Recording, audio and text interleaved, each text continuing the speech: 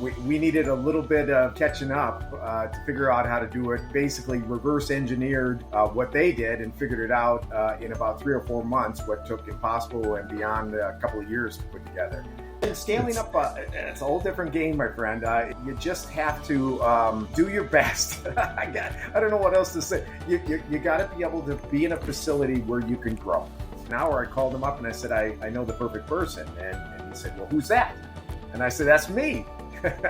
Welcome to Plant-Based on Fire.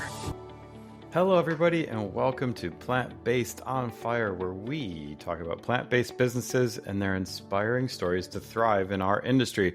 I'm your host, Bryan, and the best way you can support our podcast is to click that subscribe link below and tell some other entrepreneurs in the plant-based space about this awesome podcast. So I'd love to hear from you on what you love about this episode or recommend some other awesome guests that we should have.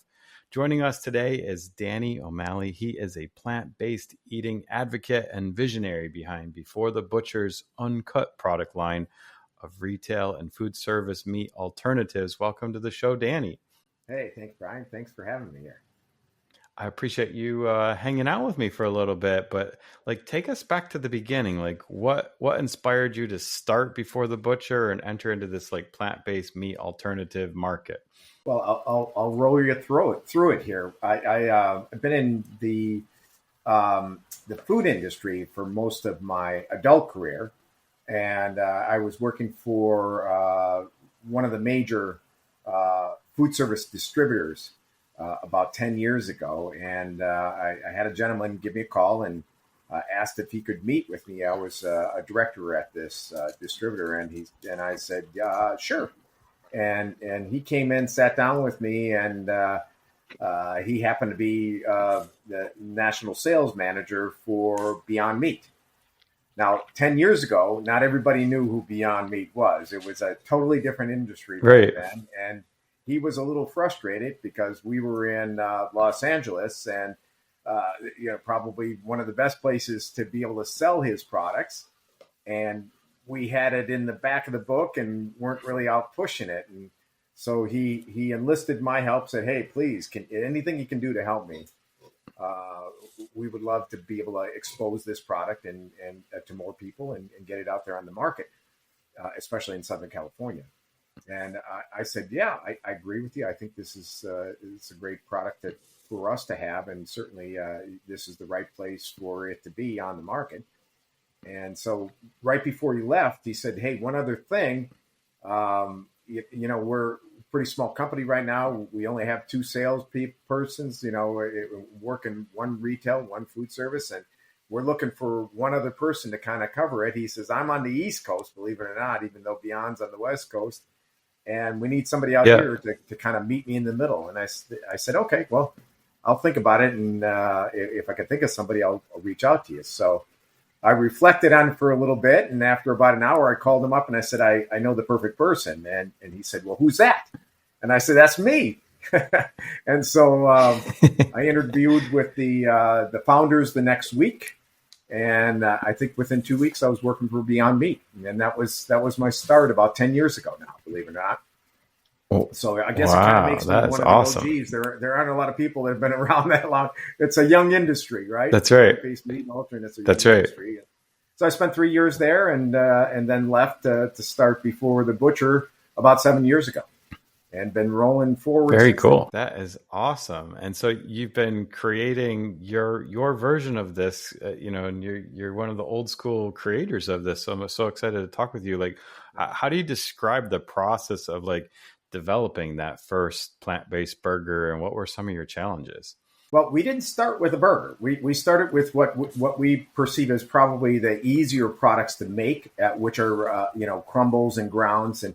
And we had some, in fact, our first 7 items were our beef-like crumble, which is like beef ground, and then Italian crumble, chorizo. We had a pulled pork, chicken chunks, and beef tips, all kind of ingredient type of products. At that time, before I left, Beyond had just released their burger and Impossible released theirs. So these were really unique and special products at the time. Nobody else had them. It was a really unique time. So we needed a little bit of catching up to figure out how to do it. Basically reverse engineered what they did and figured it out in about 3 or 4 months, what took Impossible and beyond a couple of years to put together.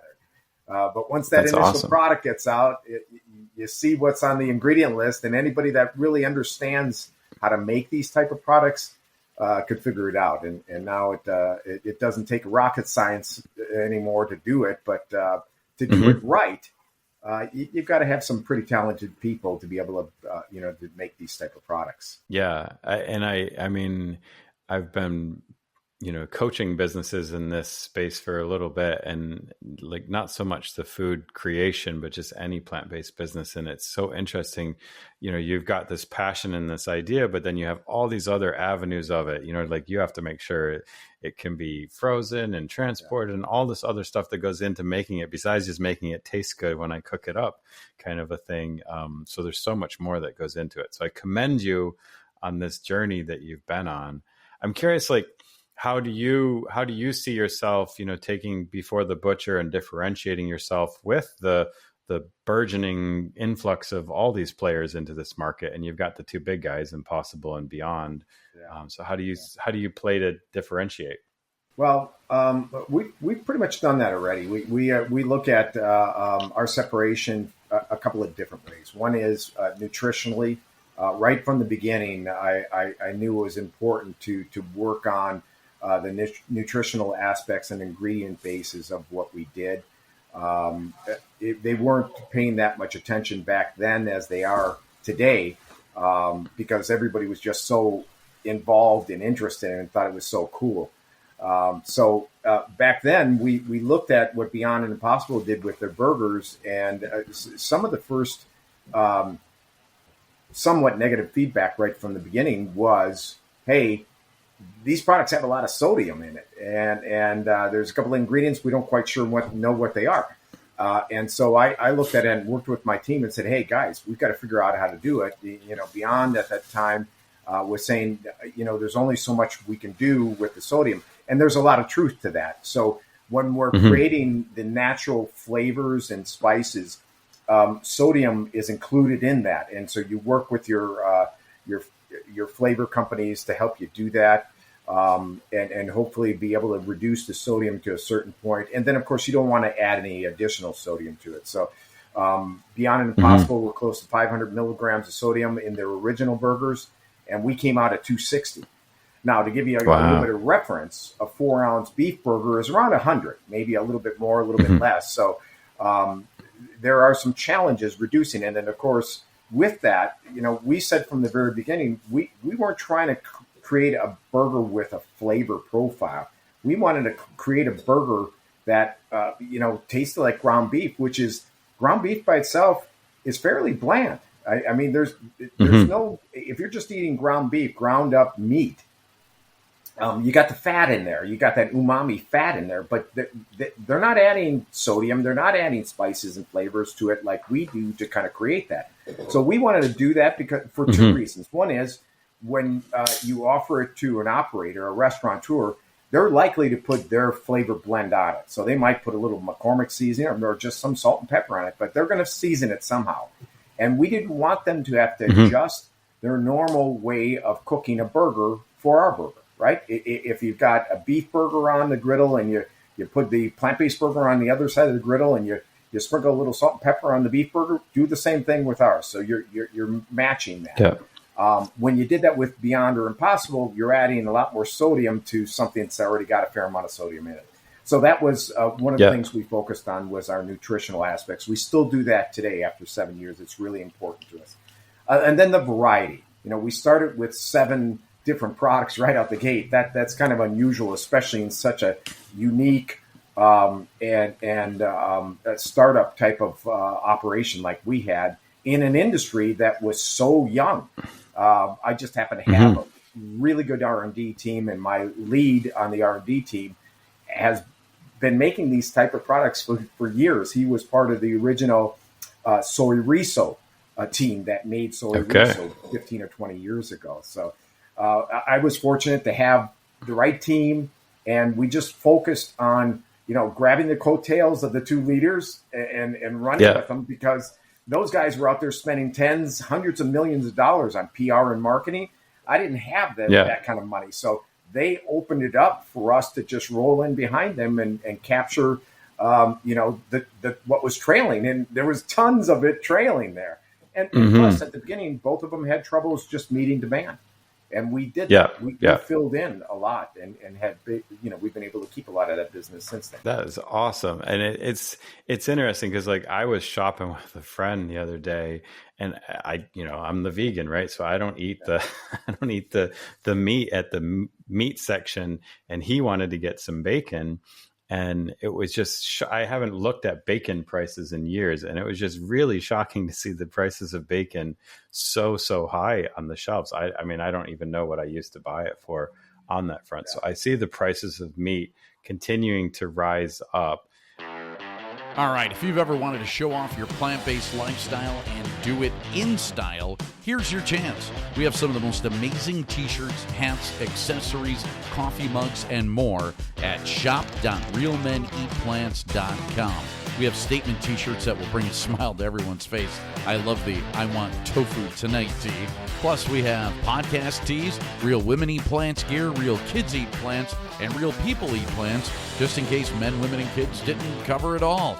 Yeah, we love you and love that you want to show off that healthy lifestyle of yours. Again, check out our high-quality gear at shop.realmeneatplants.com and enjoy.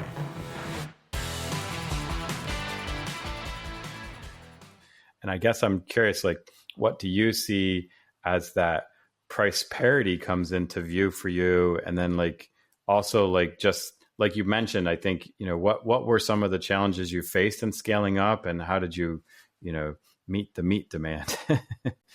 Well, I'll talk about the price parity real quick and then get into, some of the scaling up challenges along the way. Price parity is a bit of a challenge for us for a couple of reasons. One is most of us consider our products premium products, which they are. We're not just taking an animal, slaughtering it, and putting it into a certain form or shape that everybody's familiar with and wants. We also don't get subsidized. And big cattle, the pig industry, the chicken industry, the dairy industry are all subsidized by the government to keep their prices in line and to help them support them as farmers. On up the chain, we don't get that. So we're dealing with, hey, this is what it is, and being able to put all these ingredients together and take plant-based ingredients and make them into something that's familiar and an animal-based type protein, and we're mimicking that, is not easy. So I know everybody thinks, oh, wow, soy is not that expensive, peas not that expensive. These ingredients shouldn't. Why is it so expensive? It's so expensive because we're doing something that, we're taking natural products and making something that isn't natural. And trying to mimic something that you're familiar with and comfortable with. And so that costs. That's right. And so we look at all the costs there, and we try to be as conservative as possible. But the best way to compare the type of products we do is against premium animal-based protein products. Now, we have come up with a lineup we call mainstream, which goes beyond our Before the Butcher lineup. And mainstream is what we call our affordable plant-based protein line. We have a burger right now, and what we did there was instead of sourcing all the high-end, more expensive gourmet type ingredients and everything non-GMO, gluten-free, and so on and so forth, and providing the best of the best, what we did was we looked at the commodity products, because that's what we're competing against animal-based proteins more often than not. And we started buying the commodity soy and the commodity seasonings and things like that. Not as premium, but still a very good product. And we're able to be much more competitive there and reduce our costs, even in our production facility, by about 30% to hit the market and actually be competitive. I think what you're going to see over time, and I think we're seeing it all. I mean, you mentioned the price of bacon. I'm like, I've been vegan for about 10 years, so I don't pay that much attention to animal-based proteins. Right. But everything is naturally going up. And from time to time, there's a spike in the industry on the animal-based protein side. And our side is pretty level. Yes, soy goes up and we have to deal with some of the prices. What we're affected more by than anything else is just the cost of labor, and the cost of the facility and maintaining the facility and equipment and stuff. That probably cost us more than what it costs us, increases in ingredients. And so we've tried to keep our prices as stable as possible. And you don't see the fluctuations in the plant-based meat market like you see in animal-based proteins, because we're able to stabilize it a little bit. We try to buy based on, anticipated and projected volumes, and we're able to hold on a little bit longer that way. That's right. So, yep. The soy future market. That's right. Yeah. And then scaling up, it's a whole different game, my friend. It's scaling up. You just have to do your best. I don't know what else to say. You got to be able to be in a facility where you can grow, and you have to try to anticipate what's going to happen going forward. It has been a wild and crazy ride, and something none of us could project with COVID, because it threw us upside down, and all the projections we had went out the window, and went out the window not for 6 months, but a couple of years. And we're in that recovery mode. This is going to be our biggest year ever. But it took us now since 2020 to 2024 before I can finally say, hey, we're out of it. It's been a scramble for the last 3 years, and it hasn't been easy. And fortunately, we can hold our heads up high and say we're still out here. And there's a lot of my friends and other companies that do similar things to what we do, and they're not in business anymore. In the last That's right. Yeah. And I'm more in the service side of things with, business coaching and business advising and stuff. And I tell people that are going into this manufacturing space that it takes a tremendous amount of money. And like you said, really smart team members that have been there and done that. Like, you have to have everything firing on all cylinders to meet that demand. So I'm curious, what was your experience with securing funding and really driving forward a manufacturing plant-based startup? And what tips and tricks do you have for other entrepreneurs wanting to enter into this kind of a space? Don't do it. Right. Look, we're now in an industry that has got, we're past the quote unquote startup stage of plant-based meat alternates. This industry is now, you could comfortably say we're 10 years plus, with Beyond and Impossible. Almost a teenager, right? Yeah. What's that? Almost a teenager. That's right. Yeah, exactly. I mean, if you really wanted to focus on when this industry opened and really started forging forward in a big way, where people started recognizing Beyond and Impossible, that was with the burgers, when they both released the burgers about 8 years ago. So I mean, you could take that as the time. If you wanted to say, hey, here's the startup, the burgers came out, that's it. 8 years ago, we're looking at, and it was right around this time, maybe a couple of months before this, 8 years ago, when Beyond released, and then about a month later, Impossible released theirs. So let's just say 8 years. 8 years is still very young, but still in respect of a small industry, and we are a small industry compared to the animal-based protein industries. We're 8 years. There's enough of us out there that anybody that comes into the market is really going to already have to fight for it, and they have to have something kind of unique, different, special, whether it's on the marketing end or on the product end. You can't just drop in with a burger. You're not going to be successful. That's right. That's right. Burgers have been oversaturated for a couple of years now. And it is what it is. There's enough burgers out there. You're not going to win with that. You have to find something else unique. And scaling up is a real challenge. I mean, you're going to have to come into an industry that is fighting for space generally with the meat industry, because most of our products go on the same line and use the same equipment as meat uses. And there's really, outside of an extruder, which has been around for 50, 60 years, because extruders were used for cereal 50, 60, maybe even 70 years ago. So it's not a unique piece of equipment. Outside of that specifically, You could throw this on almost any line in any, if you're making a hamburger, if you go to any place that's making hamburgers, meat burgers, they can make ours. They can make a plant-based burger. So it's not really that unique in that way, but being able to secure that space and find a co-packer, because you're not going to want to spend the millions of dollars for your own equipment. I've seen it happen a couple of times. Big companies said, okay, we'll spend $50-60 million, and then they shut it down, and they're selling the equipment off for the dimes on the dollar. So that's right. the best bet is to find yourself a co-packer, and there's not a lot of them out there that will co-pack these types of products, and it's become risky. It's become risky because these startups get started. They're able to secure money somehow. It's difficult today, but a couple of years ago, money was out there, 2-3 years ago, and they would get millions of dollars, and you'd be surprised how fast millions of dollars goes. Oh, I know it. Really, really fast. So for us, I was fortunate. We started with a angel investor, with just a couple of $100,000, and that couple $100,000 turned into millions. And the guy was ready to get out. He said, look, I was just there to kind of help you guys get started. I was so excited. We were all excited and growing, and everything was great. Yeah. But he says, I need to get out. And so I started looking around, venture capital, individual investors. And I went to, we were at that point in time, we were producing all the products ourselves that were simplistic enough for us to make. The exception to that was the burger. When we started our patty line, so we had our original lineup was a burger, a chicken burger, turkey burger, and a breakfast sausage patty. Award-winning breakfast sausage patty, really great one.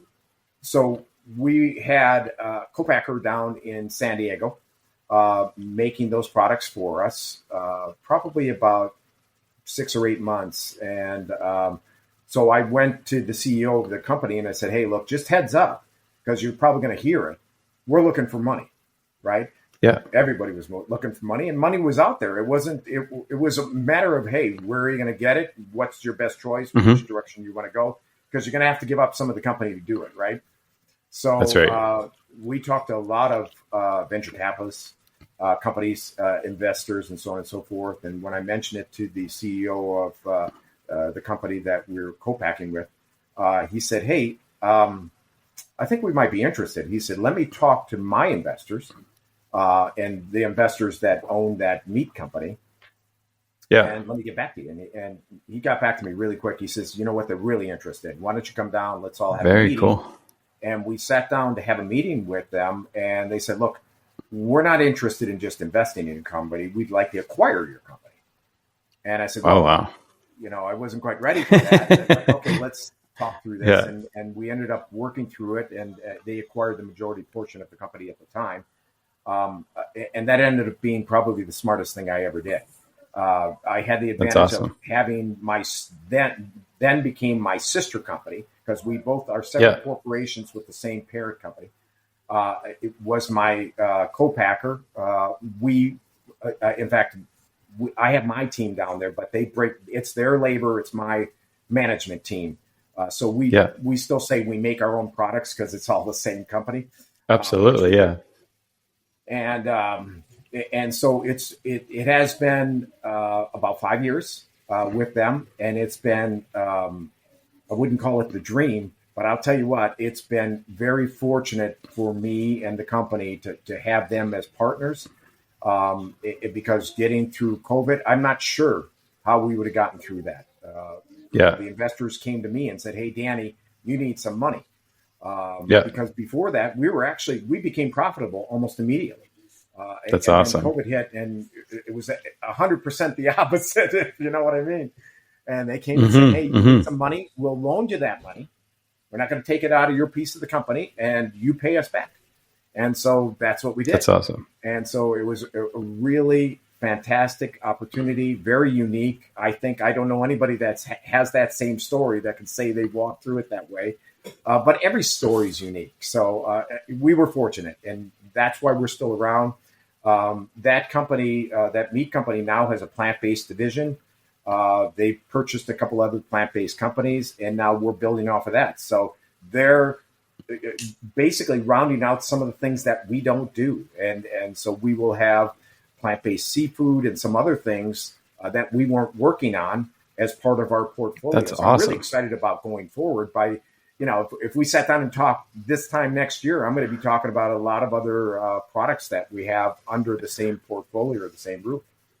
Well, that is awesome. I hope to take a trip out there and hang out with you and try some of these things. That's exciting to hear all these new things coming out in the market. And I was like, it goes back to that question in my mind of like, how do you build the brand? Like, what do you think some of those key factors are in building a brand and stuff? Impossible just went through their big rebranding thing on that front. So how have you seen you trying to bring, before the butcher forward as a brand?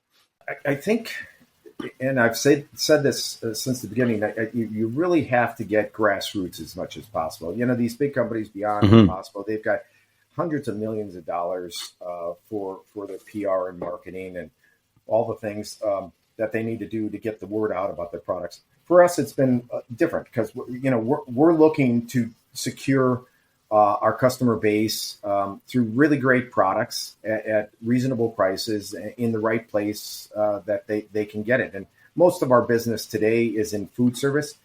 We do some private label and it's some what I call industrial business. So maybe somebody that's making a pizza or a burrito or a bowl for a grocery store will use our ingredients in there. I have a lot of people, and I'm not super inflated about having the name of our company out there. What I'm really is important to me is being a profitable company. And I can say that. And those other two, they can't say that. And they struggle in other ways. We all struggle. It's not an easy road. If I didn't have Beyond Meat for 3 years, I wouldn't be doing what I'm doing today. So I always feel fortunate that I had my time there to give me a base route to understand the industry and what I needed to do to be successful. But for us, we just continue to plug forward and we listen. We take the time to listen to the consumer and what they want. And even to this day, the latest product that we just developed and getting ready to launch is our veg burger. And it's an old school veggie burger, but it's vegan, right? So a lot of veggie burgers aren't vegan. I don't know. A lot of people don't realize that, but veggie burgers more often than not have real cheese or real egg or both. And so they're vegetarian, but they're not vegan. So we're making ours with a plant-based cheese and a plant-based egg. And this thing is killer, man. You can see the vegetable. This is what our customers ask for. They say, hey, we love what you've done. We're not going to stop eating your products, but we want to see we want to see our veggies every once in a while too, right? So we've got and our zucchini and our mushrooms and onions.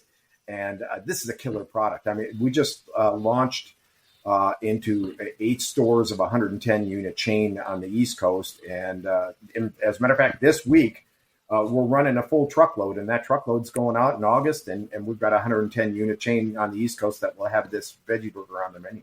That's awesome. Well, I'm in Charlotte, so you let me know when they hit my market over here, and I'll be one of the first ones to get it for sure. Yeah. I think, congrats. I want to say you're online in a few places, but you've also managed to secure Whole Foods, and I think you're in Whole Foods a little bit, right? Yeah.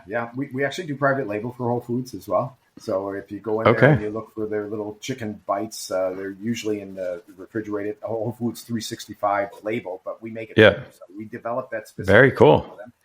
And we do private label, the burger and the ground for Cisco Food Service, their private label. We do that too. So private label has been good for us.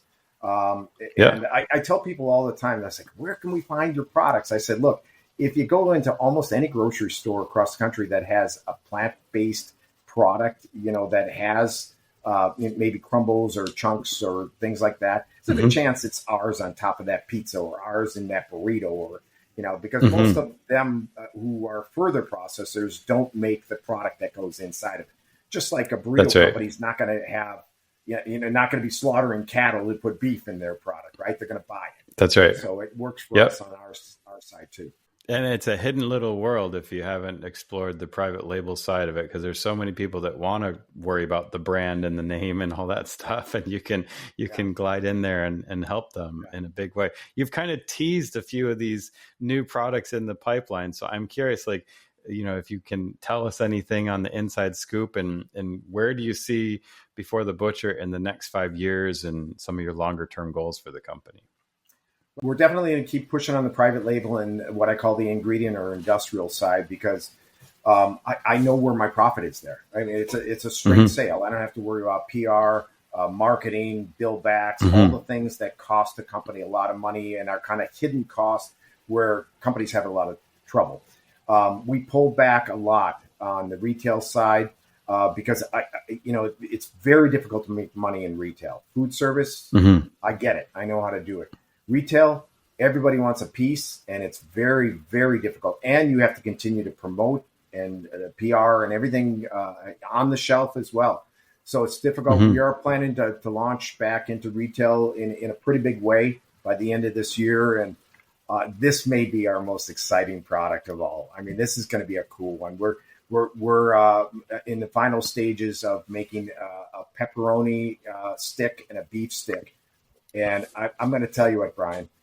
Now I'm biased because this is my company, right? But this is most people will. There's no way they will know. And what's really, really cool about this product is we've got a really unique protein source. Our source for this is sunflower. Oh, wow. Protein. So I don't know anybody else doing it. I know it may be, some of these things may be happening over Europe, but not here in the U.S. And by the end of the year, I should have a new product on the market with sunflower protein that's shelf stable, that could be in your local 7-Eleven or any other grocery store. I mean, you could go into Lowe's or Home Depot and find anything where they hang on the side. You see those beef. That's right. We expect to be right next to it. And so we're really. I would love to see that.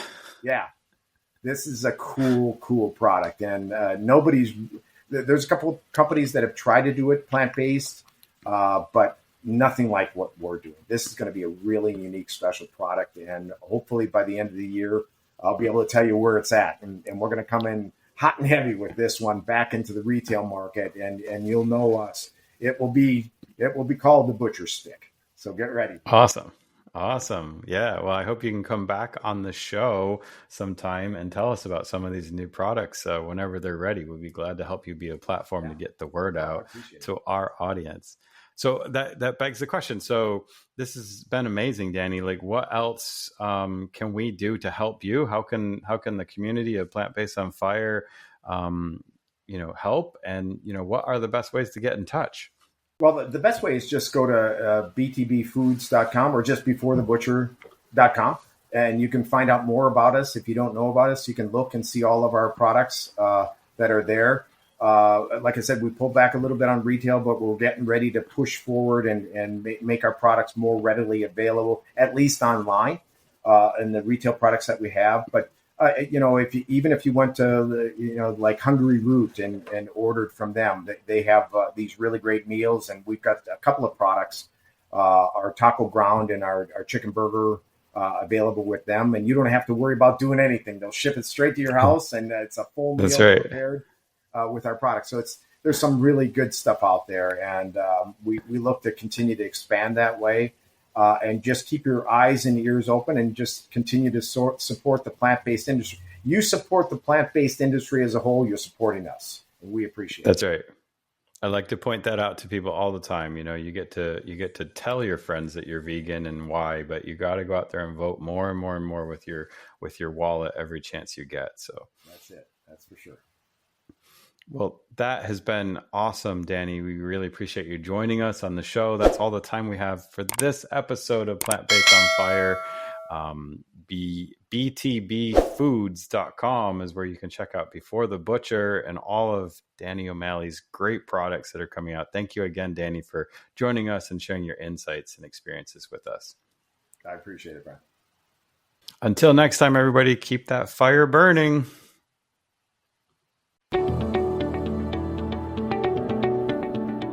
And that's a wrap for this episode of Plant Based on Fire.